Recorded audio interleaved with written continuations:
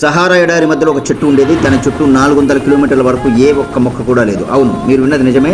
దాని పేరే టెనెరే చెట్టు. సహారా ఎడారి అంటేనే ఇసుక తిన్నలు, భయంకరమైన ఎండలు. అలాంటి చోట ఒక అకాసియా జాతి చెట్టు దశాబ్దాల పాటు ఒంటరిగా ప్రాణాలతో నిలబడింది.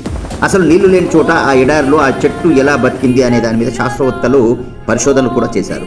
అప్పుడు తెలిసిన నిజం అందరినీ ఆశ్చర్యపరిచింది.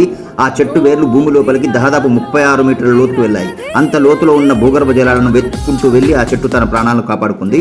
ఎడారిలో ప్రయాణించే వారికి అది ఒక ఆశాదీపంలా, దిక్సూచిలా కనిపించేది. కానీ ప్రకృతి సృష్టించిన ఈ అద్భుతం ఒక మనిషి చేసిన ఒక తప్పు వల్ల అంతమైపోయింది. 1973లో ఒక తాగుబోతు డ్రైవర్ తన ట్రక్తో వచ్చి ఆ విశాలమైన ఎడారిలో ఉన్న ఒక్క చెట్టుని బలంగా ఢీకొట్టాడు. దాంతో అద్భుతమైన చెట్టు నేలకూలిపోయింది. ప్రస్తుతం ఆ చెట్టు ఉన్న చోట ఒక మెటల్ జ్ఞాపికను ఉంచారు.